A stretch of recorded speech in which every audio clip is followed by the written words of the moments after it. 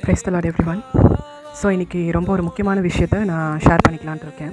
So அது என்ன முக்கியமான விஷயம் அப்படின்னா, ஜீசஸ் சீக்கிரம் வரப்போகிறாரு. இது எல்லாருமே காலங்காலமாக சொல்லிட்டு இருக்கிற ஒரு விஷயம் தான். இது கிறிஸ்டியன்ஸ்க்கான ஒரு வீடியோ அப்படின்னு நீங்கள் நினச்சிடாதீங்க. ஏன்னா இயேசு கிறிஸ்து உங்களை படைத்தவராக இருக்கிறார். எனக்கு தெரிந்த ஒரு உண்மையை உங்களுக்கு நான் சொல்லணும்னு ஆசைப்பட்றேன்.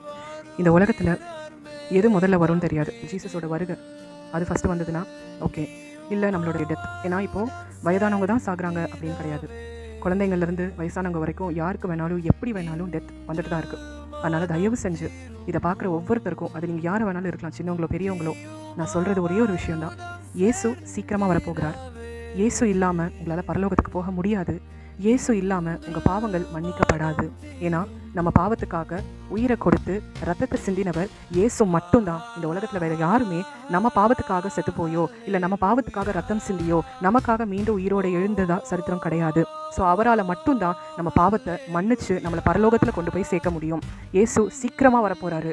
தயவு செஞ்சு இதை கேட்குற எல்லாருமே பாவத்தை அவர்கிட்ட சொல்லுங்கள். இயேசுவே என் பாவத்தை மன்னிங்க, பாவத்திலேருந்து வெளியே வரத்துக்கு எனக்கு உதவி செய்யுங்க அப்படின்னு சொல்லிட்டு நீங்கள் ஜீசஸை நோக்கி நீங்கள் கூப்பிட்டு நீங்கள் இன்றைக்கே மனம் திரும்புங்க. ஒரு நாள் வரும், ஆண்டவர் இந்த வீடியோ வச்சு உங்ககிட்ட கேட்பாரு, இப்படி ஒரு வீடியோவை நீங்கள் பார்த்தீங்களே, ஆனால் நீங்கள் ஏன் மனம் திரும்பலை, நீங்கள் ஏன் என்னை ஏற்றுக்கல அப்படின்னு கேட்பாரு. ஆனால் அந்த நேரத்தில் ஐம் சாரி ஜீசஸ், இப்போ நான் ஏற்றுக்கிறேன்னு சொன்னீங்கன்னா அந்த நேரத்தில் உங்களுக்கு அந்த வாய்ப்பு கொடுக்கப்படாது. இந்த உலகத்தில் நம்ம உயிரோடு இருக்கிற வரைக்கும் தான் ஜீசஸை ஏற்றுக்கக்கூடிய வாய்ப்பு நமக்கு கிடைக்கும். உலகத்தில் ஒன்ஸ் உயிர் போயிடுச்சு அப்படின்னா அதுக்கப்புறம் நீங்கள் எவ்வளோ கதறினாலும் எவ்வளோ மன்னிப்பு கேட்டாலும் நான் உங்களை ஏற்றுக்கிறேன்னு சொன்னாலும் உங்கள் டைம் முடிஞ்சிருச்சுன்னு அர்த்தம். அதனால் தயவு செஞ்சு இன்றைக்கி இதை கேட்குற யாராக வேணாலும் நீங்கள் இருக்கலாம், தயவு செஞ்சு இயேசுவை ஏற்றுக்கோங்க.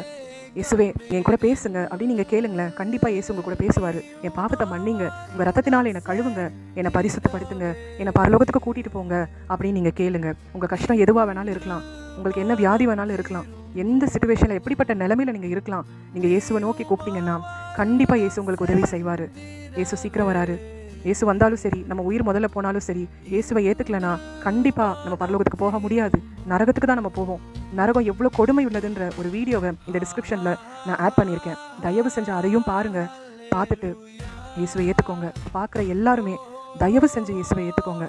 இந்த உலக வாழ்க்கை கொஞ்ச நாள் தான். மிஞ்சி மிஞ்சி போன ஒரு 80 வருஷம் உயிரோடு இருப்போமா? அதுவே அதிகம். 80 வருஷத்துக்கு அப்புறம் தான் உண்மையான வாழ்க்கையை தொடங்க போகுது.